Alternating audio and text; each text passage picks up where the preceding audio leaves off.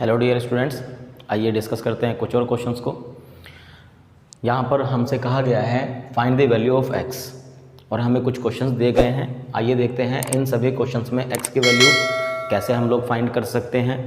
तो यहाँ पर जब हम लोग देखेंगे तो यहाँ पर हमें दिखाई दिया है कि 5 to the power x minus 2 into 3 to the power 2x minus 3 equals to में 135। अगर हम लोग इस चीज़ को देखते हैं तो हम क्या इसको किस तरीके से सॉल्व करेंगे ये हमें देखना होगा। तो जैसे यहाँ पर अगर हम लोगों को बेस सेम दिया होता तो हम लोग इनको बेस सेम होते, नंबर मल्टीपल में होते, पावर्स को ऐड कर देते, लेकिन यहाँ पर बेस डिफरेंट है और पावर भी हमें सेम दिखाई नहीं दे रही है, इसलिए वो वाला काम भी नहीं कर सकते।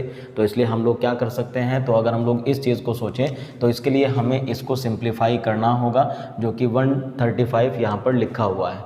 और अगर हम लोग 135 को फैक्टराइज करते हैं तो इसके लिए हमें सबसे ज़रूरी हमारे लिए यही है कि हम क्या कर लें कि 135 को फैक्टराइज कर लें और देख लें कि जो ये 135 है ये हमारा बेस 5 और बेस 3 की फॉर्म में आता है या नहीं आता। इसमें ये ही दो फैक्टर्स आने चाहिए। अगर ये दोनों के दोनों फैक्टर्स आए तो हम लोग x की वैल्यू यहाँ से फाइंड कर पाएंगे इजीली।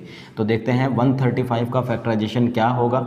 अगर हम लोग 135 के फैक्टराइजेशन को देखते हैं तो सबसे पहले 3 से डिवाइड करके देखते हैं। 3 4 12 आ जाएगा और यहाँ पर 3 5 15 आ जाएगा। फिर 3 से करेंगे तो यहाँ पर क्या किया जा सकता है, अगर हम लोग 3 से करें तो 3 1 3 और 3 5 15। अगर हम लोग 3 से करें तो फिर से 3 से किया जा सकता है 5 और फिर 5 से कर सकते हैं 1। तो ये कहा जा सकता है कि जो ये 135 है इसका जो फैक्टराइजेशन है वो आया है, अगर हम लोग 135 के फैक्टराइजेशन की बात करें तो वो आया है 3 इंटू 3 इंटू 3 इंटू 3 इंटू 5, जिसको लिखा जा सकता है 3 टू द पावर 3 इंटू 5। इसका मतलब है कि जहाँ पर ये लिखा हुआ है 135 वहाँ पर हम लोग ये भी लिख सकते हैं। इसका मतलब इस क्वेश्चन को अगर हम लोग वापस से रीराइट करें तो यहाँ पर 5 to the power x minus 2 into 3 to the power 2x minus 3 ऐसे करके लिखा हुआ है और यहाँ पर लिखा जा सकता है 3 to the power 3 into 5।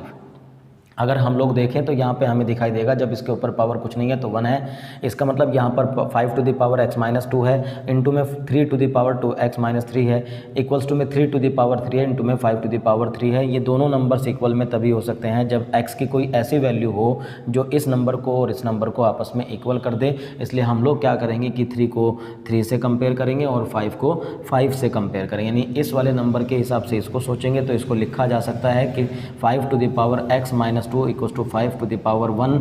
And इसी तरह से अगर हम लोग इसको देखें तो इसको लिखा जा सकता है 3 to the power 2x minus 3 equals to 3 to the power 3। यहाँ पर बेस अब सेम हो गया है, नंबर्स इक्वल में हो गए तो मतलब पावर भी इक्वल हो जाएगी। तो यहाँ पर हम लोग इसको x माइनस 2 को 1 के इक्वल रख देंगे, यानी कि x इक्वल्स टू 3 आ जाएगा।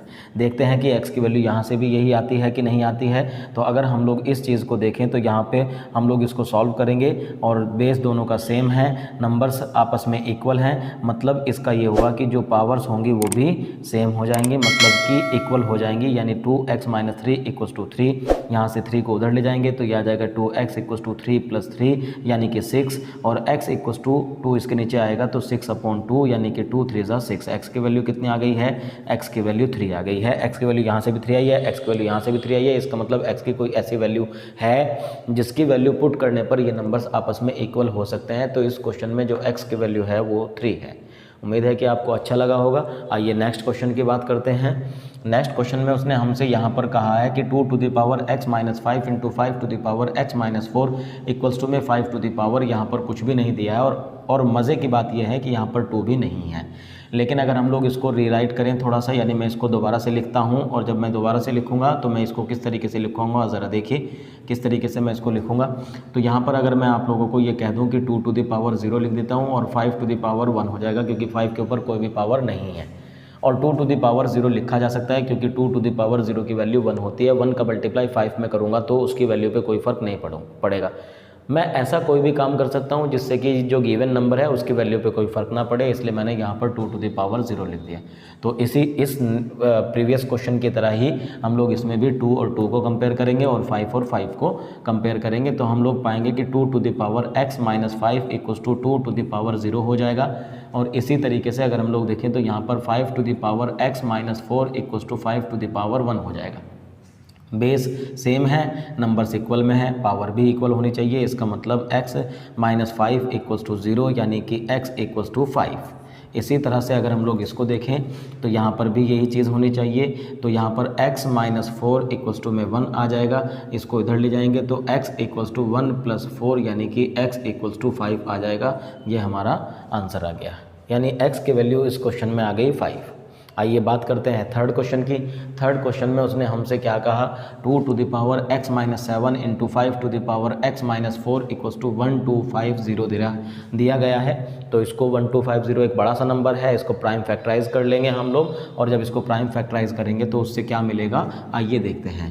1250, हालांकि मैं इसको डायरेक्टली भी फैक्टराइज कर सकता हूं, लेकिन मैं इसलिए बता रहा हूं कि आप लोग उस चीज़ को समझ सकें कि फैक्टराइजेशन करने पर किस तरीके से इस नंबर को 2 और 5 की फॉर्म में लिखा जा सकता है। तो सबसे पहले इस नंबर को हम लोग डिवाइड कर देंगे 2 से, और जब हम उसको 2 से डिवाइड करेंगे तो 2 6 12, और यहाँ पर 2 2 4, और यहाँ पर 2 5 10 आ जाएगा। अब ये 2 से डिवाइड नहीं हो सकता, इसलिए हम लोग इसको सीधे 5 से, क्योंकि मुझे लगता नहीं कि ये 3 से भी डिविजिबल है, तो इसलिए, और इसलिए नहीं लग रहा है मुझे तो क्योंकि मुझे तो पता है कि ये 5 टू द पावर 4 की वैल्यू है। लेकिन यहाँ पे अगर मैं देखूँ तो इसको हम लोग एक बार 5 से डिवाइड करते हैं, तो 5 1 5, 12 हो जाएगा, कैरी 1 जाएगा तो 12 हो जाएगा, 5 2 10 हो जाएगा, 2 चला जाएगा तो यहाँ पर 25 हो जाएगा, और 5 5 25, 125 आ गया। 125 5 का क्यूब भी होता है, आप लोग जानते होंगे। और अगर मैं इसको और सॉल्व करूँगा तो ये 25 आ जाएगा, फिर इसको और सिंप्लीफाई करूँगा तो यहाँ पर ये 5 आ जाएगा, और ये करूँगा तो ये।